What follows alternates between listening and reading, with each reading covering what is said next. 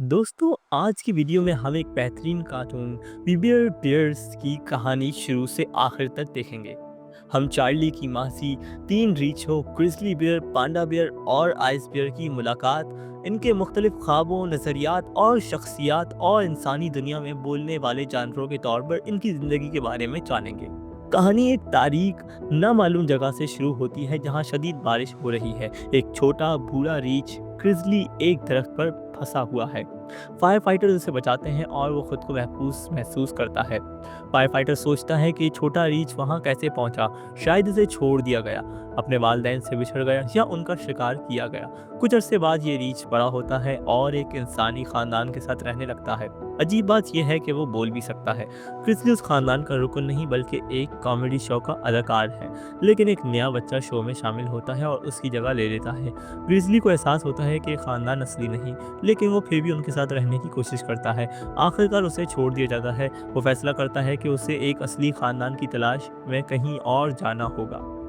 दूसरी तरफ एक छोटा पांडा बियर एक चिड़ियाघर में है। उसे लेबोरेटरी के चूहे की तरह रखा जाता है क्योंकि वो बोल सकता है। उसे खाना एक वेंट से दिया जाता है। गार्ड्स देखते हैं कि पांडा उदास और तन्हा है, इसलिए वो उसे एक पांडा कठपुतली देते हैं जिसे वो अपना दोस्त समझता है। एक दिन पांडा शीशे के पार एक मुख्तलिफ दुनिया देखता है और टीवी की तरफ मुतवज्जह होता है। वो वेंट के जरिए फरार हो जाता है।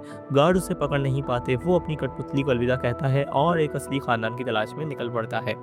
आइसबेयर की कहानी सबसे ज़्यादा रक्त अंगेज है। शुमाली कुतुब पर एक छोटा रीछ आइस बियर अपने ख़ानदान से बिछड़ जाता है जो शायद मर गए या शिकार हुए।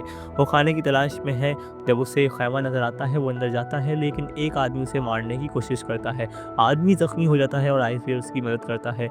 आदमी उसे रख लेता है और इंसानों के बारे में सब कुछ सिखाता है। उस आदमी का नाम यूरी है।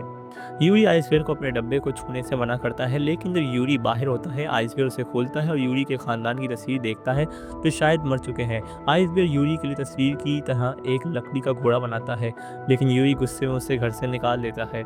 आइसबेयर रोता हुआ भागता है जब तक कि कुछ शिकारी उसे पकड़ न लें, शायद वही लोग जिन्होंने उसके वालिदैन का शिकार किया था। यूरी बर वक्त पहुँच उसे बचाता है। बर्फ तोड़कर शिकारियों को बहा देता है। जैसे ही वो अलग होते हैं दोनों उदास होते हैं, जैसे उन्होंने एक बार फिर अपना खानदान खो दिया हो। आइसबर्ग एक ऐसी सरजमीन पर पहुंचता है जहां इंसान रहते हैं। वो नहीं जानता कि कैसे बर्ताव करना है। वो एक बेकरी से खाना लेने की कोशिश करता है, लेकिन उसे निकाल दिया जाता है। कुछ शरारती बच्चे उससे दोस्ती करते हैं। वो बेकर से बदला लेने के लिए बेकरी में घुसकर पैसे चुराने की कोशिश करते हैं। उस दौरान आइसबर्ग को यूरी याद आता है और वो रुक जाता है क्योंकि वो एक अच्छा रीच है। पुलिस पहुंच जाती है, लेकिन वो भाग निकलता है और बेहतर ज़िंदगी के लिए बच्चों को छोड़ देता है। अब अच्छा हिस्सा आता है। वो कहाँ मिले। ग्रिजली बेयर अभी तक एक खानदान की तलाश में है। जब वो एक रेलवे ट्रैक पर पहुंचता है और देखता है कि पांडा बियर उसमें फंसा हुआ है, वो फौरन उसे बचाता है, ये सोचते हुए कि आखिरकार उसे एक उस जैसा दोस्त मिल गया। अचानक ट्रेन आती है और वो अपनी जान बचाने के लिए भागते हैं। तब आइस बियर उन्हें बचाता है। तीनों रीछ बहुत अच्छे दोस्त बन जाते हैं और भाई बनने का फैसला करते हैं। हालांकि वो मुख्तलिफ किस्म के हैं। खानदान की तलाश में वो एक डब्बे में सहरा में पहुंचते हैं जिसे कोई नहीं लेना चाहता, लेकिन वो डब्बा चोरी हो जाता है। वो आगे बढ़ते हैं और एक पैकेजिंग फैक्ट्री पहुंचते हैं। वो डब्बों से घर बनाने की कोशिश करते हैं, लेकिन एक डब्बे में गिरकर एक शहर भेज दिए जाते हैं।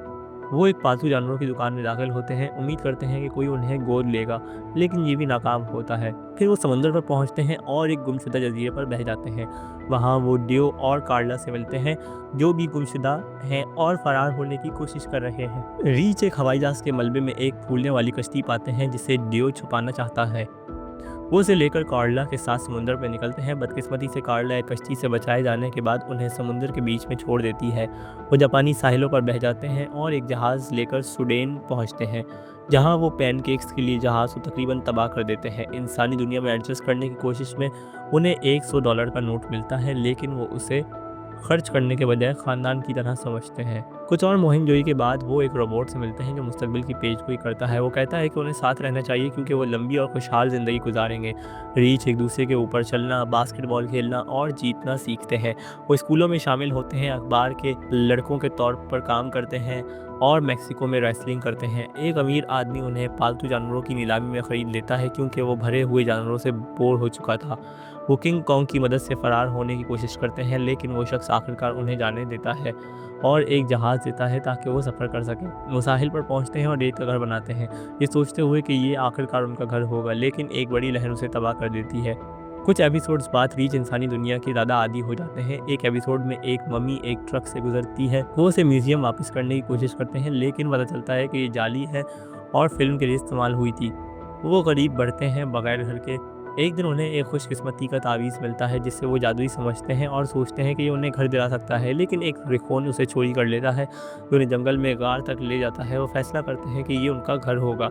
कई एपिसोड्स बाद वो अपना घर खोने के करीब होते हैं क्योंकि इंसान उनके घर को तोड़कर टेलीकॉम टावर बनाना चाहते हैं, लेकिन वो एहतजाज करते हैं और साबित करते हैं कि ये उनका घर है। माली इस्तेहकाम हासिल करते हुए शहर के चंद किरदार मुतारिफ होते हैं। नॉम नॉम एक मगरूर कोआला जो अपने फ्यूज़ का जुनून रखता है और हमेशा रीछों का फ़ायदा उठाता है।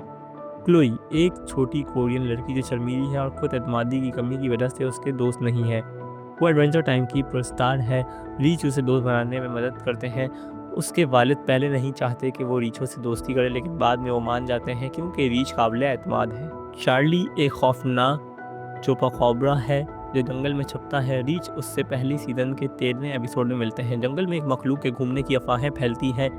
एक दिन वो उनके घर में घुस जाता है और काफ़ी नॉर्मल निकलता है। रीच पहले उसे कबूल नहीं करते, लेकिन फिर दोस्त बन जाते हैं। चार्ली को इंसानी दुनिया में एडजस्ट करना मुश्किल है क्योंकि वो कैमरों से नफरत करता है, लेकिन वो छुपकर घुलने मिलने की कोशिश करता है। 1913 में मैक्सिकन सहरा में चार्ली दोस्त की तलाश में घूम रहा था। उसे एक बेहोश आदमी मिला जिसे वो एक मतरूक घर ले गया। पता चला कि वो आदमी झूठा चोर और चोपाकोबरा शिकारियों का रुकन था।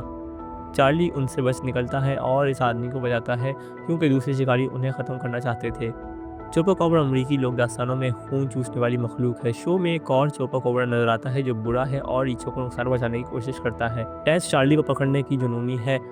जब से उसने बचपन में उसे देखा था। एक दिन वो जंगल में आग में फंस जाती है और चार्ली उसे बचाता है। उसके बाद वो उसे पकड़ना नहीं चाहती। आखिरी चंद एपिसोड्स में वो इसके कुत्ते को बचाने की मुहिम जोई पर जाते हैं और करीबी दोस्त बन जाते हैं। इसके बाद आता है पड़ोसियों का एपिसोड। नए पड़ोसी शुरू में अच्छे लगते हैं, लेकिन रीछों को लगता है कि वो ग्रिजली को मारना चाहते हैं। बाद में पता चलता है कि वो लकड़ी के मुजस्मा साज हैं।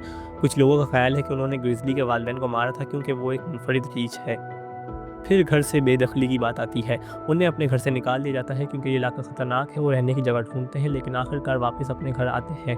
डेन ग्रिजली गलती से कबूतरों को आज़ाद कर देता है जो एक ख़तरनाक गैंग निकलते हैं और उसे मारने की कोशिश करते हैं। पुलिस उन्हें पकड़ लेती है, लेकिन वो हॉट सॉस एपिसोड में बदल लेने वापस आते हैं।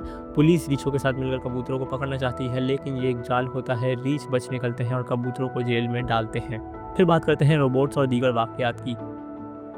एक रोबोट रीछों से छुटकारा पाने के लिए कोशिश करता है। ग्रिजली को बर्सिस लगते हैं जो उसे विलन बना देते हैं। आइसबियर रात को अपनी सफाई रोबोट के साथ बाहर जाता है और मशकूक सरगर्मी में मुलव्वस होता है। उसका रोबोट चोरी हो जाता है और वो एक रोबोट फाइटिंग रिंग में पहुंचता है जहां वो सब रोबोट्स को तबाह कर देता है। एक एपिसोड में आइसबियर सर पर चोट लगने से मगरूर और बुरा बन जाता है, लेकिन दोबारा चोट लगने से नॉर्मल हो जाता है। के पॉप एपिसोड्स की बात की जाए तो रीच पांडा के जन्मदिन पर के पॉप ग्रुप मोस्टा एक से मिलना चाहते हैं। ये शो और असली ग्रुप के दरमियान एक दिलचस्प तामुल है। आखिरी एपिसोड एक फिल्म थी जो 2020 में रिलीज हुई। रीछों को उनकी शरारतों की वजह से जेल में मुकदमे के लिए भेजा जाता है। एजेंट ट्राउट समझता है कि वो इंसानियत के लिए खतरा है, इसलिए वो उन्हें जेल में बंद कर देता है। रीछ फरार हो जाते हैं और कनाडा जाने का फैसला करते हैं। वो सरहद पर पहुंचते हैं, लेकिन पासपोर्ट ना होने की वजह से दाखिल नहीं हो पाते। ग्रिजली और पांडा के दरमियान झगड़ा होता है कि ग्रिजली ने कहा था कि पासपोर्ट की ज़रूरत नहीं। अचानक एजेंट ट्राउट उन्हें अगवा कर लेता है और अलग कर देता है। ग्रिजली अपने पिंजरे में उदास बैठता है, ये सोचते हुए कि ये सब उसकी गलती है, लेकिन वो हार नहीं मानता। पिंजरे से निकलता है, अपने दोस्तों को बजाता है और एजेंट के साथ लड़ाई में आग लग जाती है। मौके पर मौजूद तमाम रीछ अपने जिस्मों से सीढ़ी बनाते हैं ताकि वो हेलीकॉप्टर पर चढ़कर भाग सकें। एजेंट ट्राउट शायद यही मुमकिन है कि वो उनका इम्तिहान लेना चाहता था, क्योंकि ये बोलने वाले खुद आगा रीछ हैं। दूसरे रीछों के बड़ा वो शख्स हो जिसने पांडा को छोटे होते वक्त कैद रखा था। ये भी बियर्स की पूरी कहानी थी। आपका क्या ख्याल है इस बारे में? अपने अफसरों का ख्यालात का इज़हार कमेंट सेक्शन में करना ना भूलिएगा। बेल आइकन को प्रेस कीजिएगा, चैनल को सब्सक्राइब कीजिएगा। मुलाकात होगी अगली वीडियो में। अल्लाह हाफिज़।